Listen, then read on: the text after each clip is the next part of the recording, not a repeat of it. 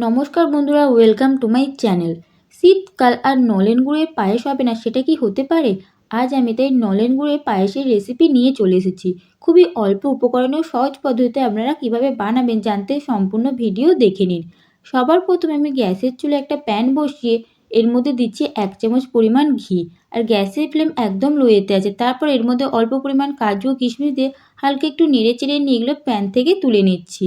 কাজু কিশমিশ প্যান থেকে তুলে নেওয়ার পর ওই একই প্যানে আবারও আমি 1 চামচ পরিমাণ ঘি দিচ্ছি। ঘি গলে আসলে এর মধ্যে দিয়ে দিচ্ছি বাসমতি চাল। আমি এখানে 100 গ্রাম পায়েসের বাসমতি চাল নিয়েছিলাম।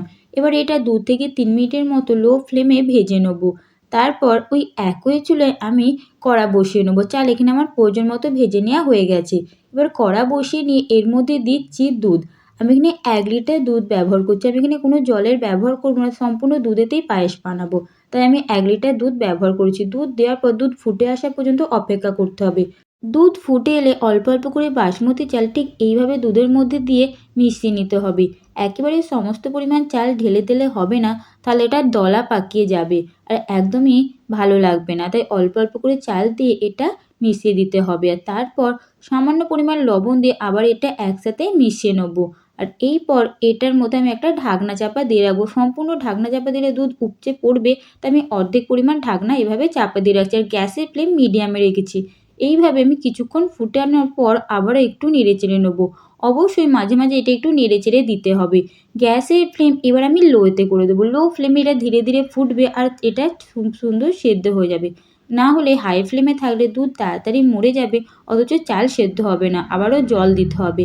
তাই আমি লো ফ্লেমে এটা খুব সুন্দরভাবে ফুটিয়ে নেব আর চালটা সেদ্ধ হয়ে আসা পর্যন্ত অপেক্ষা করব।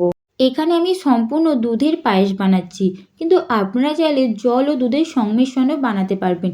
সেক্ষেত্রে 600 ml দুধ ও 400 ml জল ব্যবহার করতে হবে। খুব ভালো করে আবারও নেড়ে চেড়ে দিয়ে এর মধ্যে দিচ্ছি ভেজে রাখা কাজু ও কিশমিশ। আবারও খুব ভালো করে মিশিয়ে নিয়ে এর মধ্যে দেবো 2টো এলাচ।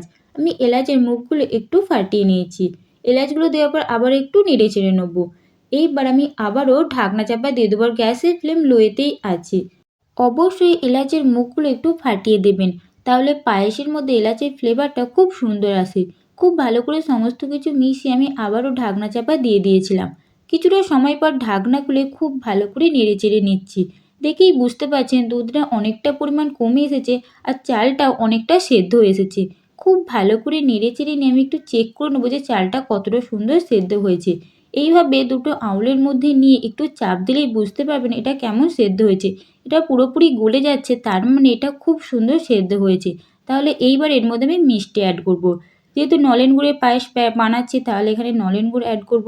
আমি এখানে প্রায় 250 থেকে 300 ml এর মতো নলেন গুড় অ্যাড করেছি। দেওয়ার পর খুব ভালো করে এটা মিশিয়ে নেব। যতটা সুন্দরভাবে মিশিয়ে নেবেন ততটাই সুন্দর এর মধ্যে কালার আসবে। অবশ্যই মনে রাখবেন চাল সম্পূর্ণ সেদ্ধ হলে তবে এর মধ্যে মিষ্টির ব্যবহার করতে পারবেন। তার আগে মিষ্টির ব্যবহার করে ফেলে চাল আর সেদ্ধ হবে না আর এটা খেতেও একদম আর ভালো লাগবে না। পায়েসের মধ্যে গুড় আমি খুব সুন্দরভাবে মিশিয়ে নিয়েছি। এটার মধ্যে খুব সুন্দর কালার এসেছে। মিষ্টিটা একবার আমি চেক করে নিচ্ছি, কম হলে এর মধ্যে আমি আবারও মিষ্টির ব্যবহার করতে পারবো। মিষ্টি একদম পারফেক্ট আছে, তাই আমি আর মিষ্টির ব্যবহার করব না। আর এটা থিকনেস ঠিক এইরকম রাখতে হবে, না খুব ঘন না খুব পাতলা।